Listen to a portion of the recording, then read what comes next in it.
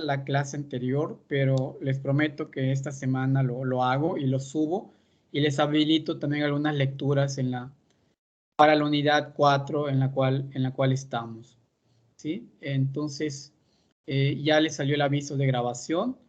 Les comparto mi pantalla para avanzar, ¿no? Me avisen si ya lo están viendo, por favor.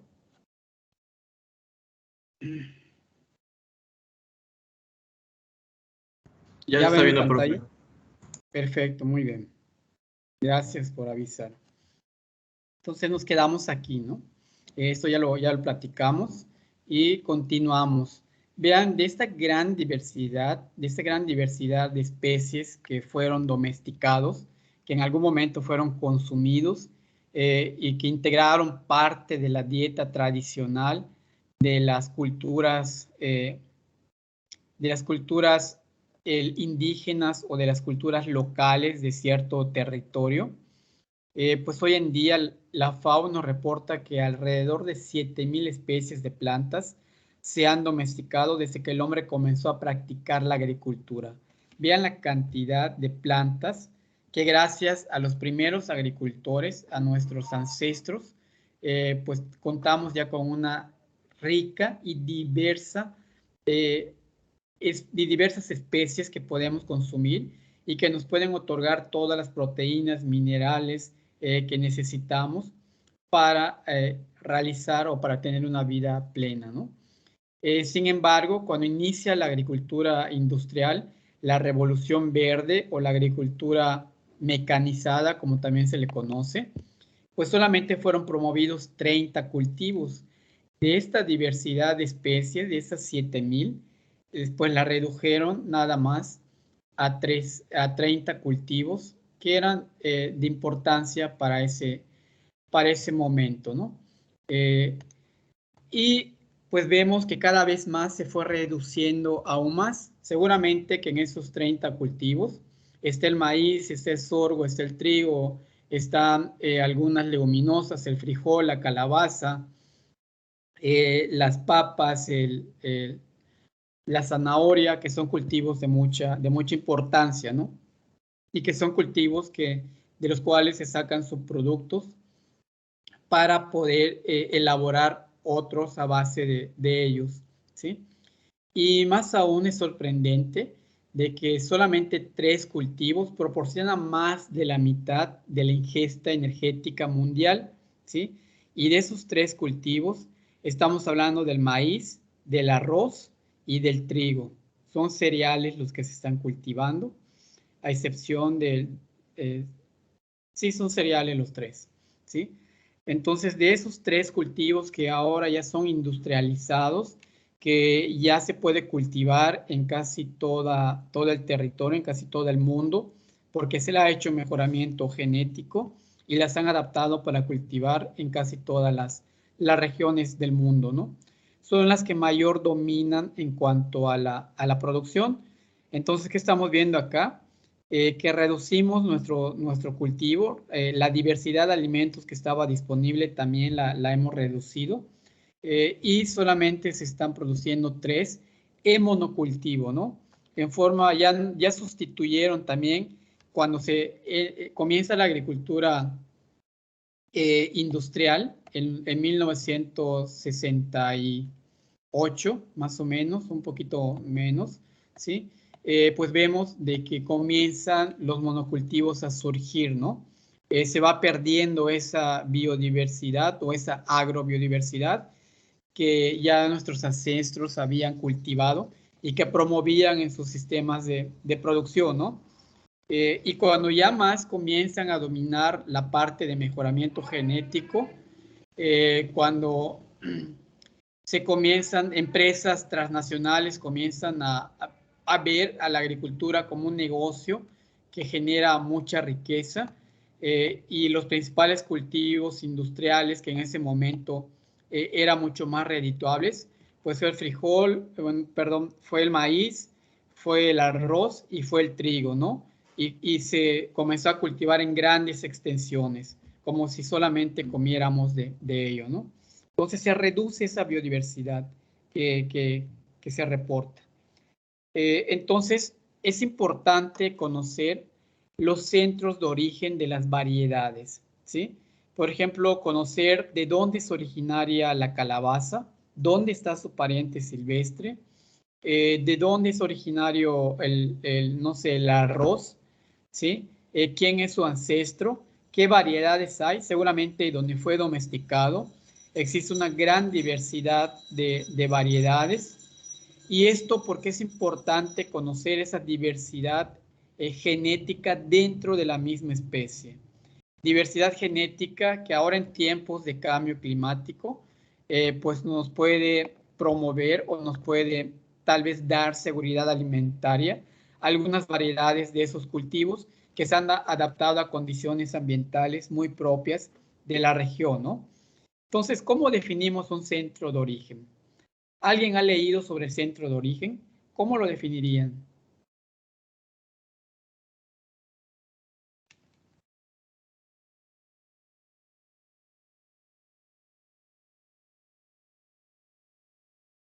¿Sí me escucharon?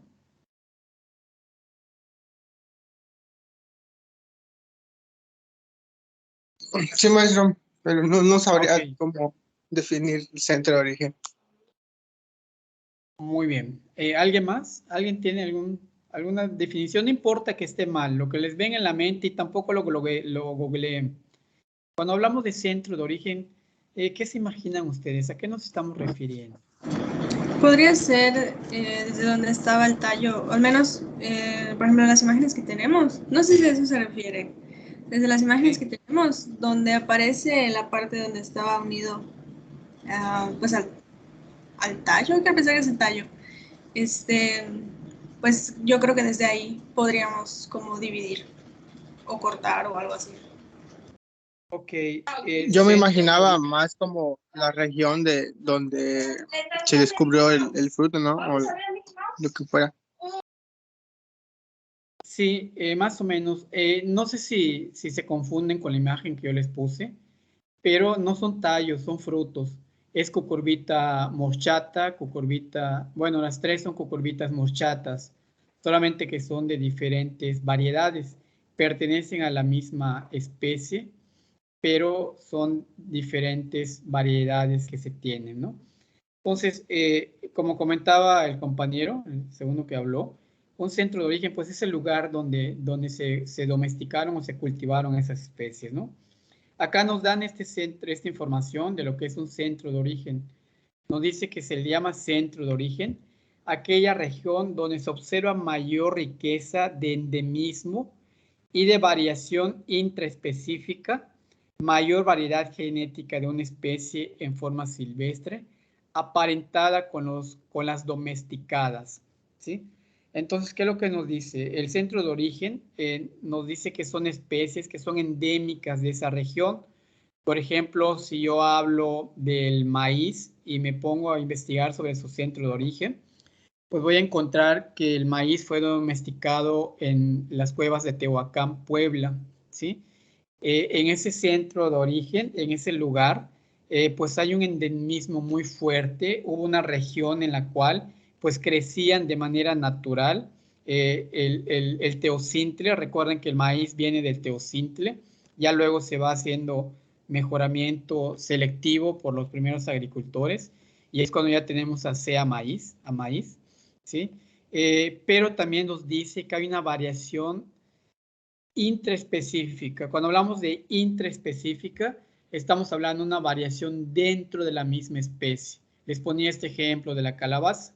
Este es Cucurbita morchata y esta es la especie que es morchata, ¿sí? Entonces, dentro de esta especie que es morchata, tenemos, por ejemplo, variantes o tenemos cultivares o tenemos le llaman variedad o cultivar, ¿sí? Por ejemplo, tenemos este Shmejen Iskun, tenemos el Shmejen Kalinkun y tenemos a Chaikun, que todas ellas, pues, pertenecen a Cucurbita moschata, pero que hay una diversidad intraespecífica dentro de la misma especie, ¿sí? Hay de diferentes formas, hay de diferentes tamaños, hay de diferentes colores, hay unas que están adaptadas a condiciones de suelos pedregosos, otras que requieren suelos arcillosos, otras que soportan la sequía, otras que no la soportan, ¿sí?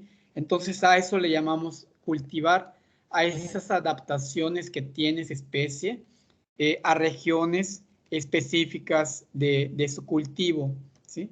Y de allá se deriva esta información. Entonces nos dice que también para destinar un centro de origen, pues es necesario que se encuentre el pariente silvestre en ese lugar. Por ejemplo, volvemos al ejemplo del maíz. Si yo dije que, que el maíz es de Puebla, se domesticó en Puebla, perdón, ¿sí? Entonces, en este lugar, en Tehuacán, Puebla, donde se domesticó, pues tiene que haber evidencias, ya sea arqueológicas, de polen, no sé, de restos de la planta, de restos de raíz, que me puede indicar de que ese lugar fue donde creció naturalmente el pariente silvestre de la especie antes de ser domesticada, ¿sí? Entonces, eso se tiene que cumplir, que existe el pariente silvestre, que haya diversidad intraespecífica dentro de esa especie y que también haya una riqueza de endemismo dentro de esa región a la cual se está estudiando. Hay muchos cultivos que aún todavía no se define el centro de origen. Por ejemplo, de Phaseolus lanatus, que son los ibes. Más adelante los vamos a ver en imagen, ¿sí? Y muchos dicen que fue México o Mesoamérica donde se domesticó, pero también hay evidencias de que en el Perú, en toda la zona andina, pues igual hubo endemismo, hay variedad intraespecífica dentro de la especie, y por lo tanto, pues todavía está en discusión, ¿sí? Todavía está en investigación. Muchas veces se le da dos centros de origen, puede ser la de México y puede ser la de Perú, pero eso lo definen los botánicos, ¿no? Entonces, a eso se refiere. No sé si está claro esta definición de centro de origen. Sí, maestro, yo tengo una ¿Sí? duda.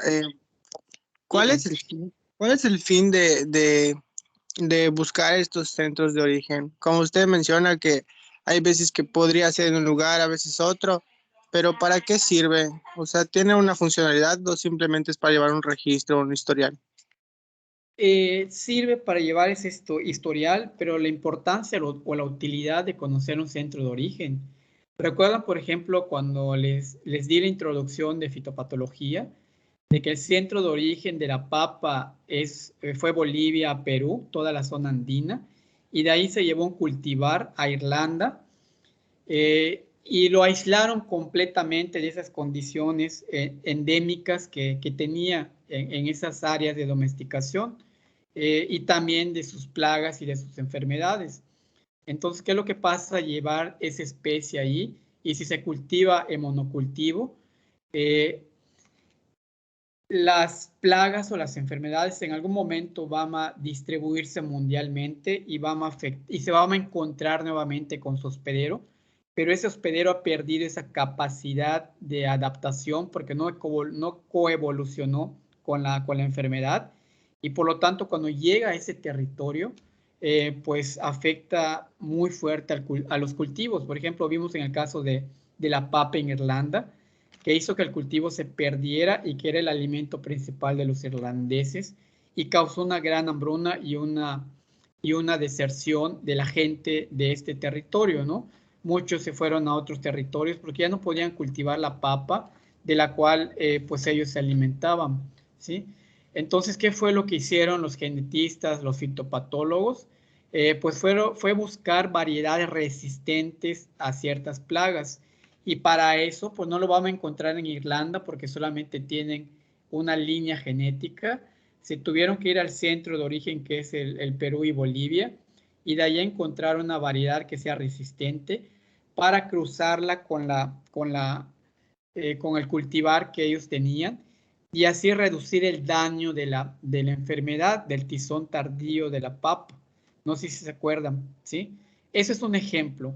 Otro ejemplo podría ser, por ejemplo, cultivos que se han adaptado, por ejemplo, a condiciones de sequía, que se han adaptado a condiciones de suelos pobres, y que hoy en día que estamos ahora ante este cambio climático, pues son cultivos que podrían tener genes de resistencia, de sequía, de adaptación a suelos y que podrían cultivarse en ciertas regiones para mantener la seguridad alimentaria de una región, ¿no?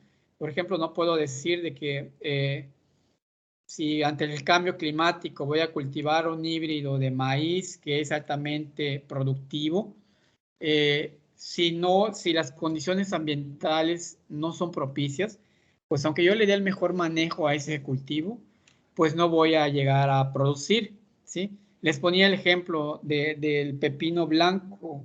El pepino blanco ha tenido una adaptación muy fuerte aquí en Yucatán, no fue su centro de origen, y que hoy en día incluso se cultiva sin ningún tipo de manejo agronómico y la planta puede llegar a dar frutos. Claro que no igual a una planta que es regada, que es abonada, pero se puede obtener frutos. Entonces, la agricultura de hoy en día tiene que buscar la sustentabilidad y esos cultivos pues pueden presentar ciertas ventajas para abatir o para hacer frente a estos problemas que tenemos de plagas y enfermedades, de adaptación a condiciones ambientales. Entonces, por eso es importante conocerlo, ¿sí? Eh, no sé si fue Gabriel el que preguntó, no sé si quedó claro. Fui yo, maestro. Sí, me quedó más claro. Ok, perfecto. Muy bien, escuché una voz más por ahí, no sé si sea otra pregunta o no.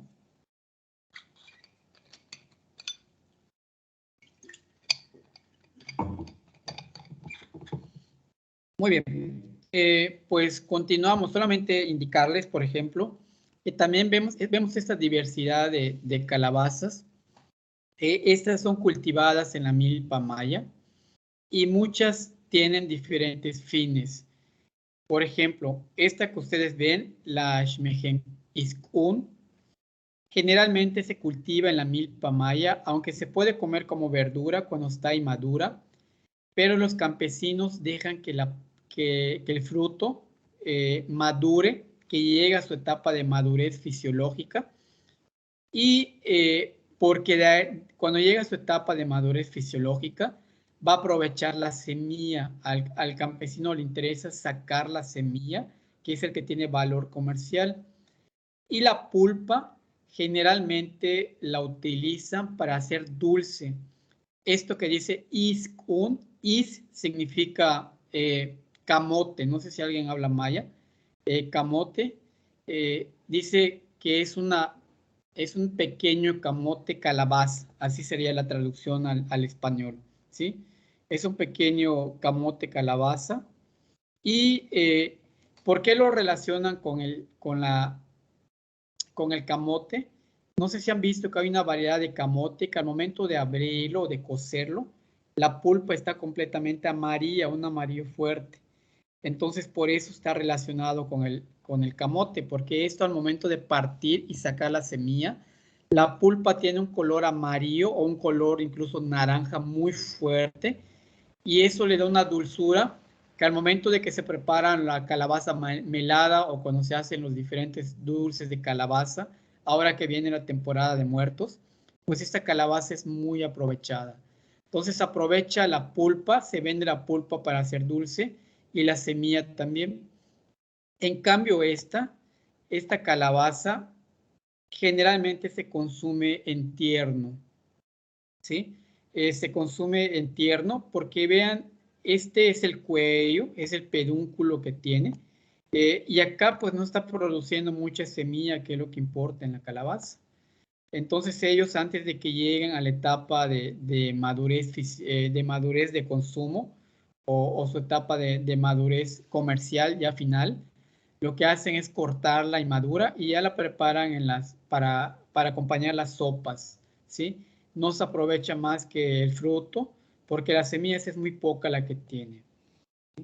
Y esta que es la chaikun, también muchos la cultivan en la milpa. Esta calabaza, no sé si han visto a una serpiente que se le conoce la chaicán, también la conocen como chicotera. que tiene una piel Sí. entre verde, sí, que tiene una piel entre verde y amarilla y blanca. Entonces vean que la piel de esta calabaza es muy semejante a la piel de esta serpiente. Entonces no me la crean, sí la cultivan para comer como fruto inmaduro, también se puede cosechar para comer como verdura, ¿sí? Pero también se deja madurar porque tiene las mismas características de esta. Contiene mucha cantidad de semilla, sin embargo, no es tan preferido para ser dulce por el color que tiene la parte exterior de la calabaza. Aparte, es mucho más suave cuando se cuece, pues se rompe, en cambio esta no se rompe, ¿sí? Entonces sí puede tener esa finalidad para consumo como verdura, para extraer la pepita y comercializarlo, y como dulce no tanto. Generalmente la pulpa se le da al cerdo que está en el solar para alimentar los animales de traspatio, pero también muchos agricultores dicen que lo siembran porque cuando comienza a crecer y lo siembran alrededor de la milpa, ¿sí? Pues dicen que esta calabaza ahuyenta a los depredadores que llegan a comer, no a los depredadores, a las plagas, sobre todo al tejón que llega a comer el maíz, ¿sí? Que llega a comer el maíz tierno. Entonces dicen, pues esta calabaza engaña a los tejones eh, y ellos piensan que es una serpiente enrollada. Entonces ya no entran directamente a la milpa, ¿sí? Entonces vean que ese conocimiento, ese saber campesino nos puede servir incluso para ustedes que están estudiando agroecología, para plantear diferentes sistemas de producción sustentable y mediante el uso de técnicas más amigables, ¿no? El tejón es un problema muy serio en la milpa y que ahora pues ha incrementado su población y si te descuidas te puede acabar tu cultivo de maíz en una noche. Entonces ellos mencionan que esto pues los ahuyenta y coincide de que la calabaza cuando ya maduró, pues también el maíz comienza a madurar, ¿sí? Entonces muchos campesinos mencionan eso. ¿Qué tan cierto sea? No, yo recuerdo que mi papá lo sembraba y sí tenía buenos efectos. Hoy en día no sé qué tan efectivo sea, pero Ahora, bueno, esos saberes que tenemos que conocer. Dime. creo que también habría que ver pues, quién imitó a quién, ¿no? O sea, porque no sé si haya sido casualidad. Ujú. O la culebra, o sea, hablaba de, por ejemplo, la similitud en la apariencia, ¿no? Sí, Pero digo, es como un dato nada más. Y otra cosa que quería mencionar era sobre la primer calabaza, de la que se hace la calabaza melada. sí, Realmente también ya no se logra ver. Yo recuerdo mucho que, de hecho, hasta hace poco me mencionaba una vecina muy querida que ya no encontraba. Yo igual intenté buscar en diferentes lugares. Creo que también tuve un trabajo en el que me movía a muchos pueblos y preguntaba y tampoco lo hacían, porque obviamente como hemos mudado a estos sistemas rápidos, ¿no? de elaboración y estas elaboraciones, estos platillos, ¿no? Realmente consideran cierto, es un producto artesanal, porque lleva su tiempo, como lo es el pibinal también, que son 2, 3 días, ¿no? sí, Más o menos. Entonces, realmente también hemos dejado esas prácticas porque no son redituables a cierto mercado, ¿no? A esa adaptación. Pero también me imagino que habrá espacios, y creo que ustedes sabrán, ¿no? Espacios en donde todavía se esté recuperando y se mantengan esas tradiciones, ¿no? sí, Jonathan, ¿verdad? Sí, profe. Sí, Jonathan. Afortunadamente, todavía por la zona oriente y por el sur, podemos encontrar algunas milpas incluso no solamente con esta diversidad, porque esta solamente es una diversidad de Cucurbita moschata, pero también está la Cucurbita angiosperma, está la Cucurbita pepo, que son 3 especies que tenemos aquí en Yucatán, y se siguen cultivando. Sí, algunos campesinos, por ejemplo, en Valladolid, a mí me tocó visitar una milpa muy, muy diversa, muy, muy grande. eh, Siguen cultivando estas variedades y hay más variedades, solamente les estoy presentando 3, pero hay otras. hay otras variedades que más adelante la vamos a ver, ¿sí? Sí hay los guardianes de la semilla de Chaxiquín, también año con año cultivan. Esta calabaza también la podemos cultivar en los solares y en los huertos de traspatio. Es la famosa calabaza la cual conocemos como la mejencún, ¿sí?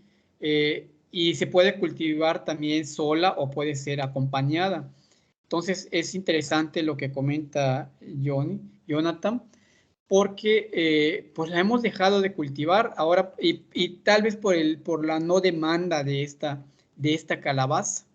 Sí, por ejemplo, si tú vas al supermercado, seguramente vas a ver gente que prefiere la calabaza italiana y aunque esté la calabaza local, no la compran, allá se descomponen. Yo he visto en Walmart que tienen una zona de productos yucatecos, creo que así le llaman, verduras de yucatecas, y están las verduras que vienen de otros estados, ¿sí? Y las calabacitas, las locales que se encuentran ahí, pues allá siguen, no las compran, ¿no?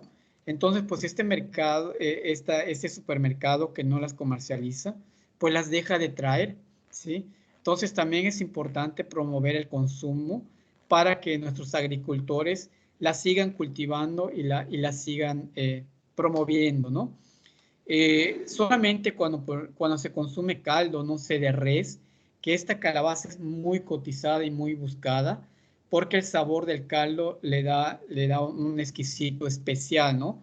Si le ponemos, por ejemplo, otro tipo de calabaza, la italiana, pues el caldo no va a saber igual, lo mismo que el puchero, ¿sí? Entonces hay algunos guisos y tenemos que relacionarlo, como dice Jonathan, en cuanto al consumo y la preparación de estas hortalizas que son cultivadas aquí en la región, ¿no? Y solamente así vamos a promover el consumo y vamos a buscar estrategias de que se sigan cultivando esas variedades. Incluso hay campesinos que ya prefieren cultivar la calabaza italiana, pues porque tiene mejor mercado que la calabaza local y van sustituyendo el cultivo de estas calabazas, ¿sí? Pero todavía estamos a tiempo. Semillas hay, estoy seguro de que los guardianes de semillas tienen. Si vamos a Valladolid, en las comunidades de esta región, también deben de tener. En Tizimín, en la parte del municipio de Tizimín, también hay agricultores que la tienen. La llegamos a tener en la facultad, pero la semilla se quedó almacenada en mi cubículo. No sé si todavía germinen, hay que ir a hacer unas pruebas de germinación para ver si podemos cultivarlas en esta temporada que va a iniciar, ¿no? Pero sí encontramos, Jonathan. Sí, tal vez no las encontremos. Yo he visto mucho en la Casa del Pueblo. Ahora que comienza, por ejemplo, la temporada de noviembre, donde buscan esta calabaza para hacer los dulces. En el mercado San Benito hay algunos productores que la tienen hasta la parte de atrás y donde seguramente vas a encontrar es en la Casa del Pueblo, porque mucha gente viene de Chaxiquín, viene de Valladolid para vender sus frutas y hortalizas en este punto de venta, ¿no? ¿Sí? Entonces, pues continuamos. Entonces, dice algunos criterios para designar un centro de origen de las especies cultivadas.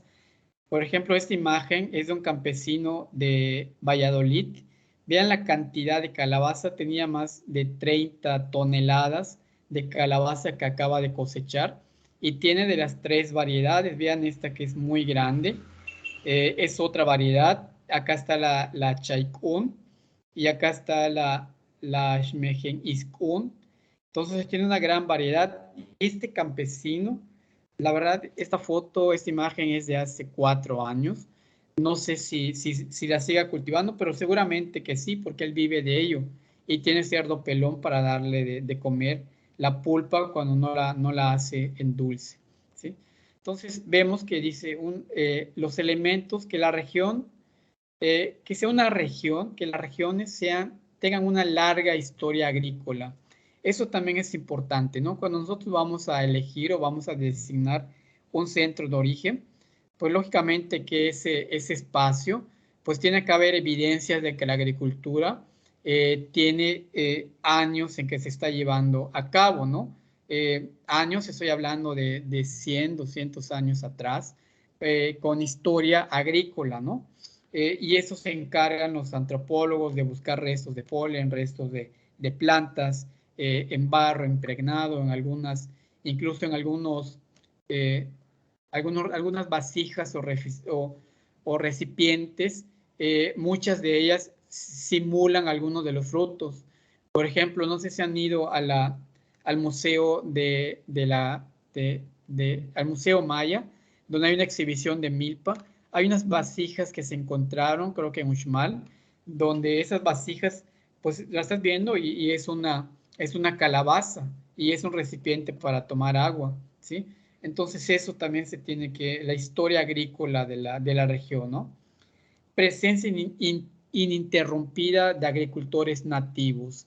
Eso también es algo muy importante, que se reporte que hubo una cultura que pudo manejar. De nada sirve de que estén las especies si no hay tal vez la cultura o el grupo indígena o algunos pobladores nativos para que la cultiven, que le den manejo y que la domestiquen.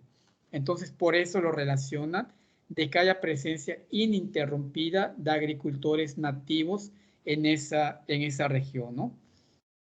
Concentración de variedades de especies domesticadas con sus parientes silvestres, ¿sí? Entonces tiene que haber una relación pariente silvestre, especie domesticada en ese lugar en la cual se está designando el centro de origen de esas variedades, ¿no? Y también condiciones agroclimáticas propias para el cultivo, ¿sí? Para las variedades.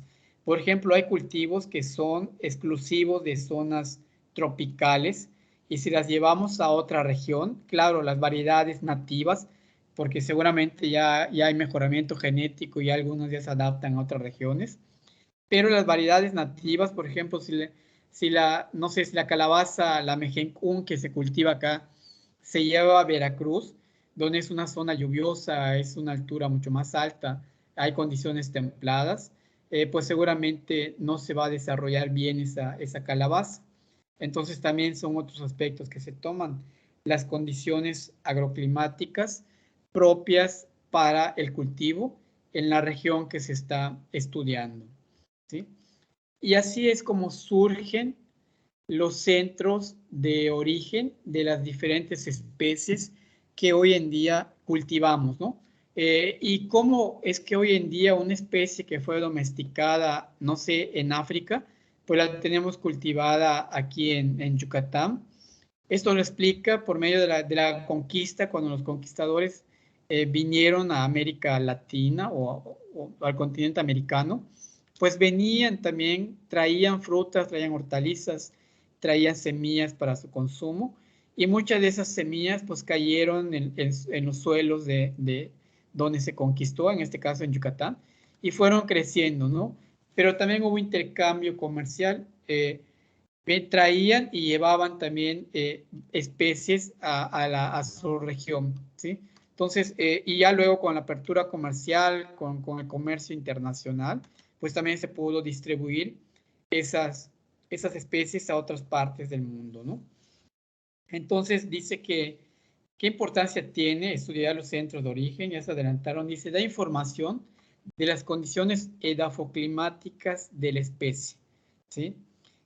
Proporciona diversidad genética que solo se encuentra en su centro de origen.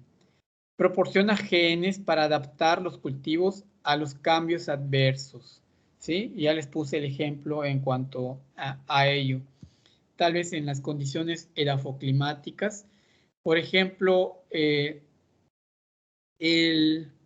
no sé, la sandía, que fue domesticado en una zona árida, en un suelo arenoso, climas también tal vez muy drásticas en cuanto a las temperaturas. Pues con esta información ya sabemos que, por ejemplo, muchas de las cucurbitáceas a la cual pertenece la sandía, pues requiere suelos que tengan mucho contenido de arena, que también filtren rápidamente el agua. Por ejemplo, una calabaza o una sandía que yo siembre en un suelo inundable y desafortunadamente nos queda un aguacero fuerte, ese cultivo se pierde, ¿no? Porque no soporta suelos inundables, se pudre rápidamente la raíz, ¿sí? También, por ejemplo, si son temperaturas muy bajas, por ejemplo, menos de 18 grados centígrados, pues la sandía no va a producir. Entonces, conociendo esas condiciones edafoclimáticas, pues yo ya puedo decir en qué fecha del año la voy a cultivar, en qué tipo de suelo la voy a cultivar, ¿sí? Porque ya conozco las condiciones que requiere para su cultivo. Y así es como la sandía o la calabaza, pues se pueden cultivar en varias zonas, respetando esas condiciones originales de su especie, ¿no? Y vemos, por ejemplo, en Estados Unidos, el 96% de los cultivos proceden de una o tres líneas genéticas. El frijol de 2 líneas genéticas, el maíz de 3 líneas genéticas y algunas hortalizas menores también de 3 líneas genéticas. Entonces acá vemos que hay una pobre diversidad genética y esto los hace vulnerables a factores bióticos y abióticos, ¿sí? Entonces, ahora también muchos investigadores relacionan de que un país que tenga poca diversidad, sobre todo de especies que alimentan a su población, pues muy probable, si hay condiciones de clima extremo, pues pueden sufrir grandes hambrunas o pueden sufrir grandes pérdidas. Sí, es como el principio de la diversificación en los cultivos. Mientras más diverso esté, más estabilidad tiene el sistema. Y lo mismo se maneja aquí en seguridad alimentaria.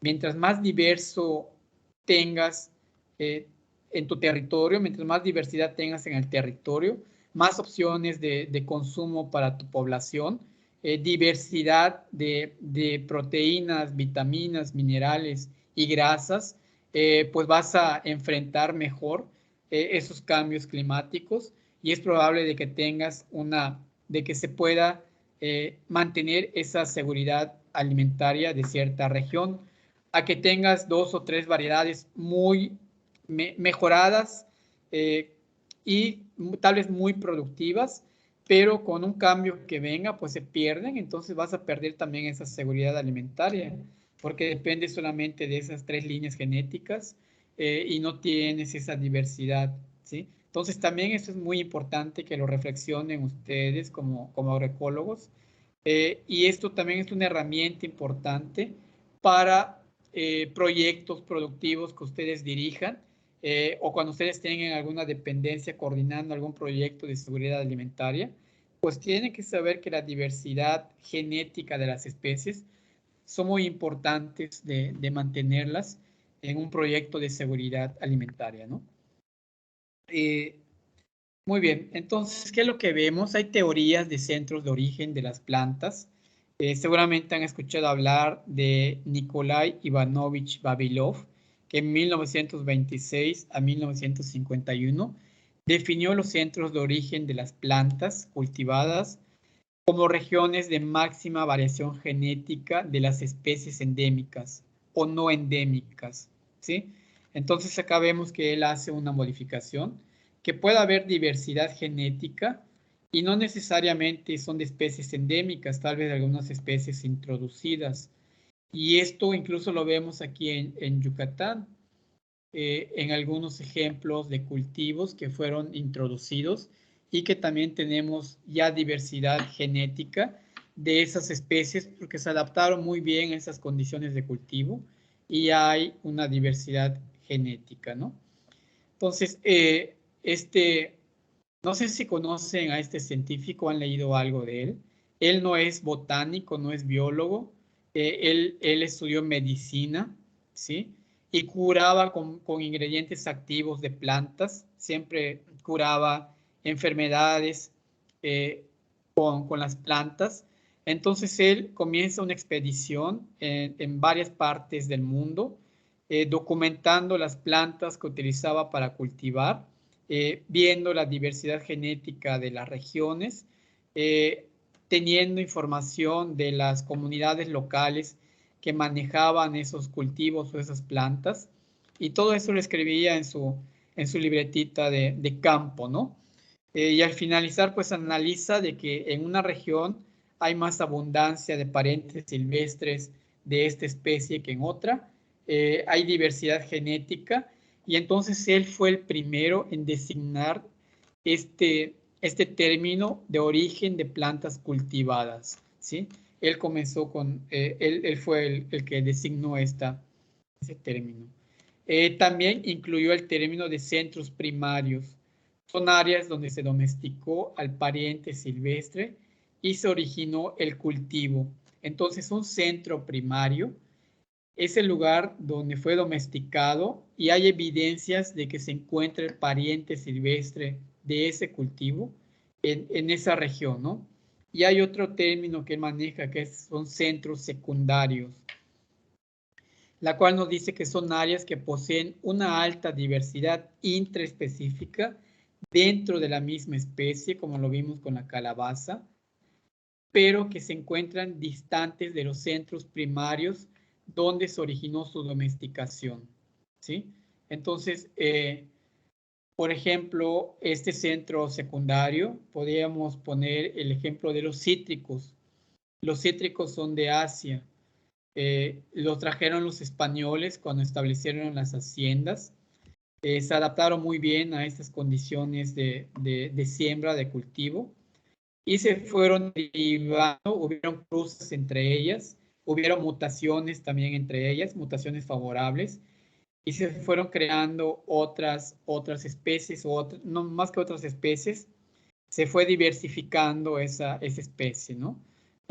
Por ejemplo, de la naranja dulce, pues salió la naranja agria, está la cajera, está algunas especies, por ejemplo, la toronja, ¿sí? Entonces, no fue domesticado aquí, no hay evidencias de parientes silvestres, entonces se le puede designar un centro secundario a esta región, ¿sí? Sí se entiende, ¿verdad? Sí se interpreta. Sí. Muy bien. Entonces, de acuerdo a Nikolai Ivanovich Vavilov, él define 8 centros de origen. El primero es China, el segundo es India, incluyendo la región del Himalaya. El tercero es sureste asiático. El 4 es Asia Menor. El 5 es el Mediterráneo. El 6 es en Etiopía. El 7 es Centroamérica y Suramérica, aunque muchos ya lo agrupan como Mesoamérica, pero creo que la mejor designación para un centro de origen tiene que ser Centroamérica y Suramérica y México, ¿no? Y también están los Andes, el 8 son los Andes, Paraguay, Brasil, y a continuación se detallan esos centros de origen. Entonces vamos a ver, por ejemplo, el centro 1, el centro chino. No vamos a sacar lo importante, solamente es ver los ejemplos. Seguramente hay más cultivos que fueron domesticados ahí, pero lo importante es identificar su importancia. Por ejemplo, acá nos dice que fueron 140 especies domesticadas en esta región que vemos en un color lila, ¿sí? Y esto se identifica porque también es uno de los centros de invención de la agricultura. Incluso se dice que aquí es donde inicia el proceso de agricultura y la domesticación de plantas. Entonces son 140 especies. Algunos cultivos representativos de este centro chino. Está la soya, el Glycine max, este Ráfano sativus, que es el rábano. El rábano, vean que lo tenemos acá tan arraigado también en la cultura culinaria de Yucatán, ¿sí? El rábano lo comemos como en ensalada, lo comemos como para acompañando otras comidas, como por ejemplo la chicharra. Cuando comemos chicharra, pues se le pica rábano. Lo comemos también cuando hacemos ¿el qué? Perdón. Frijol con puerco. Eso iba a El decir. frijol. El frijol con puerco también, sí, exactamente, lo hacemos en salpicón, se pica el rábano con cilantro y se le agrega limón y salecita y ya lo ponemos en nuestro frijol con puerco. Vean que dónde Stick de viene venado este igual. cultivo. ¿Mande? Stick de venado igual. Ah, en el SIC de venado igual, en la carne igual, no sé cómo se llama, creo que es SIC de carne, ¿no? Cuando también la carne de ganado se cuece al vapor y luego se hace el SIC, se desmenuza y se le acompaña con rábano y cilantro y limón, ¿no? El arroz, que es un cultivo mundial y que también es muy importante, pues es cultivado, fue domesticado en esta zona. En esta zona hay una gran diversidad de arroz, ¿sí? Las brasicas, lo que es el nabo, la brasica campestre, la brasica rapa, el repollo y el nabo, pues también son de esta región, ¿no? Y también las cultivamos acá. Incluso el arroz, en algunas haciendas enequeneras de acá de Yucatán, hay registros de cultivo de arroz y de caña de azúcar. Entonces, casi todos esos cultivos, bueno, menos la cebollina, el cebollín, ¿sí? Pero los demás en algún momento se cultivaron aquí en Yucatán, ¿no? El repollo incluso después de que se hacía la desfibra del enequem, todo lo que era el bagazo se llevaba con truco jalado por una mula y se llevaba a tirar ese bagazo en los solares de las haciendas, de los vecinos de la hacienda, y era una composta natural, ¿sí? En la cual pues le daban un manejo de enfriamiento, la volteaban, esperaba que ya esté completamente frío y se cultivaba esos cultivos, rábano, cilantro, repollo, el colinabo que también se llegó a cultivar mucho. Hoy en día es un cultivo que ya muchos no conocen y que muchos no cultivan, el colinabo. Nosotros sembramos en la facultad, nos dio muy buen rendimiento, pero nos costó mucho para poder venderlo. Y es una fruta, es una planta es una verdura muy rica y tiene mucho contenido de mineral. Y no lo vendimos, ¿no? Porque la gente ya no sabe cómo prepararlo, cómo comerlo.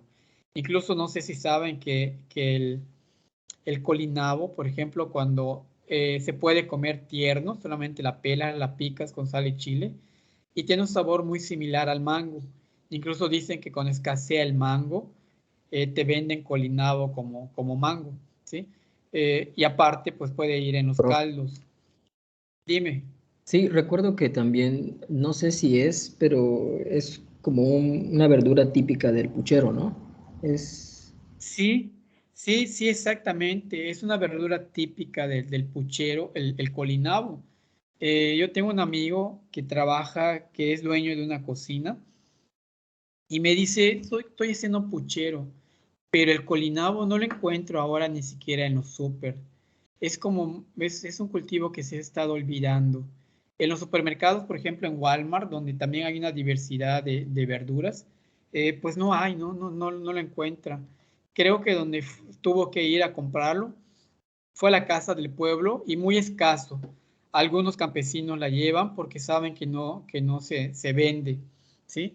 Entonces son cultivos y son cultivos que la verdad se adaptan muy bien a las condiciones de cultivo, no requieren de tanto manejo, más que el cuidado de arbences porque no tienen tantas plagas, ¿sí? Y podría ser un cultivo interesante. Promover nuevamente el rescate de este cultivo, introducirlo en los mercados para que vuelva a tener demanda, ¿no? Entonces, es muy importante conocer esto, ¿no? El centro de India, que incluye la región del Himalaya, también es un centro de origen con una gran diversidad de especies domesticadas. Se reportan 120 especies domesticadas en esta región. Acá la vemos de color verde y por estar pegado al centro chino, pues también después de aquí dicen que la agricultura se fue distribuyendo y en estos lugares pues comenzaron también esos grupos originarios de esta región a domesticar plantas y dárselas al servicio del hombre, ¿no? Y acá vemos, por ejemplo, algunas, se dividen en 2 regiones, eso es lo de menos, no lo vamos a preguntar en qué regiones, solamente con que sepan que es de India y conozcan los ejemplos. Por ejemplo, el solano melóngena, que es la berenjena, pues es originaria de esta región. Y también en Yucatán se cultiva la berenjena. Es un cultivo que muchos no la saben comer, que muchos no la saben preparar. Yo recuerdo que con una salida de campo visitamos a un productor de tomate y de chile habanero y tenía como en todo alrededor de su área de producción, que eran como 2 hectáreas, tenía sembrado como barrera viva la berenjena y frutos muy bonitos, grandes, y muchos ya se habían caído ahí. Y le comentaba, oiga, ¿por qué no lo cosecha para vender? La fruta se está perdiendo. Me dice, es que no me la compran, lo hemos llevado, pero la gente de aquí no sabe, no come la berenjena, no sabe cómo comerla, cómo prepararla. Y me dice, con el fin que la tengo acá, pues es para bajar la incidencia de mosquita blanca. Recuerden que es una solanácea. Entonces, al ponerla como barrera viva, pues si llega mosquita blanca, se alimenta primero de la berenjena, probablemente deje el virus ahí, y si logra pasar hacia el cultivo, pues ya limpió su estilete, ya dejó el virus en esa planta y no ocasiona tanto daño en el cultivo de tomate o de chile habanero, ¿sí? Pero pues es una lástima que un cultivo se esté perdiendo así, ¿no? Que sí es bueno usarlo como trampa viva, pero también aprovechar el fruto en ese momento, ¿no? Y ese día pues nos regaló mucho, incluso aprovecharon sus compañeros cosechar la berenjena y llevárselo a su casa para comer. Vean también algo muy interesante. Este cultivo lo reconocen. ¿Reconocen este cultivo? ¿Cuál, maestro? No veo. Este que les marqué, ¿El este que les espelón? marqué en un círculo. ¿El espelón? Ajá, muy bien. Ese espelón es la Vigna ungiculata, ¿sí? Vean qué rápido se adaptó aquí en Yucatán. Incluso forma un elemento importante en la milpa. Hay agricultores que la siembran dentro de la milpa al espelón, que se adapta muy bien a la sequía, no demanda tanta agua, ¿sí? Eh, Se puede comer tierno, se puede comer inmaduro, también se puede comer ya duro, y no tiene tantas plagas y tantas enfermedades este cultivo. El espelón, pues solamente lo comemos en día de muertos, ¿no? Con los famosos pibes, con algunos tamales torteados que se hacen de espelón. Pero del espelón también se puede hacer un caldo de frijol. No sé si ustedes han comido el frijol con puerco, pero hecho con espelón. Sabe muy rico. No sé si alguien lo ha comido. Nosotros Y lo lo hacemos preparan cuando como está verde y cuando está seco, profe. cuando está verde, Y cuando está seco también. Como cuando el está frijol seco negro, también. por decirlo así. Sí, sí, es correcto. Cuando está verde, incluso algunos gustan ponerle pedazos de repollo picado, le ponen zanahoria tipo como un puchero, ¿no? Sabe muy rico. Entonces, pues es un cultivo que vean de dónde viene y que lo tenemos aquí en Yucatán, y que este cultivo pues es parte importante de la cultura porque pues forma parte de los famosos pibes que nosotros preparamos, ¿sí? Ahora en este mes de noviembre que va a entrar, ¿sí? Entonces, la Vigna ungiculata. El pepino Cucumis sativum, el pepino, esta no es la imagen que corresponde, este es un pepino ya mejorado, creo que la variedad Carolina es una variedad mejorada, pero el pepino criollo de esta zona, por así decirlo. Este es el pepino blanco que tenemos hoy en día acá, solamente que no era tan grande como la tenemos hoy. Se ha ido adaptando, se ha ido cruzando, y ya tenemos algunas variedades que son grandes, ¿no? Que son variedades grandes, que son variedades más productivas, ¿sí? Está también esta zona de Indochina y archipiélago malayo, donde hay una gran diversidad de plátanos, ¿sí? Yo, por ejemplo, cuando hice la maestría en Costa Rica, hay un jardín botánico, se llama el Centro Agronómico Tropical de Investigación y Enseñanza, sus siglas son CATIE. Cuando llegué allí, hice un recorrido en el jardín botánico. Me sorprendió ver una gran diversidad de plátanos cultivados allí, de todos colores, de todos tamaños, de todas formas. Y yo pensé que Centroamérica era el centro de origen, porque es el lugar donde se cultiva mucho, desde Colombia, Panamá, eh, Costa Rica, El Salvador, se cultiva mucho plátano. Investigo y veo de que nos dejan un trabajo y veo que el plátano no es originario de ahí, pero llegó a ser o es un cultivo muy importante de esa región y por eso hay un banco de germoplasma, hay investigación dirigido al cultivo de plátano, ¿sí? Si ustedes revisan muchas de las publicaciones de este centro de investigación, van a encontrar mucha información en cuanto a plátano, sobre todo el manejo de enfermedades de la cigatoca negra, del mal del Panamá, que son enfermedades que han disminuido la producción de plátano, sobre todo en Costa Rica, en Panamá, en Honduras, en Colombia, y hay todo un cuerpo de investigación que se dedica a ello, ¿no? Sí, entonces, pues hay una gran diversidad de ello. Ni siquiera conocen ustedes el plátano bárbaro. ¿Lo han comido? Sí. Bueno, ¿Sí? Es un plátano grande, es un plátano, no es una forma circular como la que tiene, es como muy cuadrada y la cáscara es muy dura. Se asemeja mucho al plátano macho, al plátano que utilizamos para comida. Ese cultivo, pues decimos, este cultivo es el criollo, es el de acá de Yucatán. No es de Yucatán, es traído también de estas zonas, se adaptó bien y la tenemos acá cultivada y decimos que es el criollo de Yucatán, ¿no? Cuando no lo es. Y es un plátano, la verdad, en cocido o asado, sabe muy rico. Tal vez para comer como fruta, a muchos no les gusta. Prefieren el manzano, prefieren el roatán, pero el bárbaro casi no. El problema que tiene el bárbaro, que cuando madura muy rápido y se descompone rápido la fruta, ¿sí? Incluso hay en el pueblo, hay un señor que conozco acá por Valladolid, que dice él, yo dejo que madure muy bien y lo chupo como un saborín, porque como la cáscara está muy dura, pues no se rompe, no le entra hongos, no le entra nada. Lo que hace él es cortarle la punta, lo aplasta muy bien y ya pues lo chupa como si fuera un saborín que está comiendo, ¿no? Y sabe muy rico, es muy dulce. Entonces también el plátano bárbaro, pues ese hay que promover otra vez el cultivo. Antes se veía mucho. Aparte, dicen, bueno, he escuchado comentarios de que la hoja sale como más entera, no se rompe tanto y la hoja pues sirve mucho para hacer los tamales.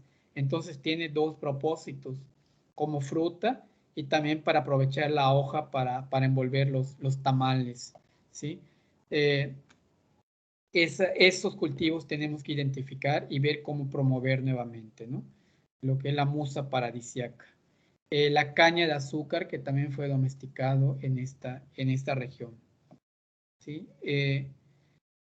Bueno, vamos a dejarlo hasta acá. No sé si tienen otra clase. Tienen clase, ¿verdad? Sí, maestro. Ok, lo vamos a dejar hasta aquí. Eh, esta semana sí les voy a dejar un trabajo. ¿Cuándo nos vemos? El jueves, ¿verdad? 2 horas tenemos el jueves. Y el viernes ya deben de tener disponible el ADA que vamos a trabajar y la unidad 4 en la plataforma con material para que ustedes vayan leyendo y reforzando la información que estamos viendo aquí en el salón de clase, ¿sí? Entonces, Dejo de compartir. Y no sé, tenemos tiempo por si tienen alguna duda, algún comentario más de este tema que estamos iniciando.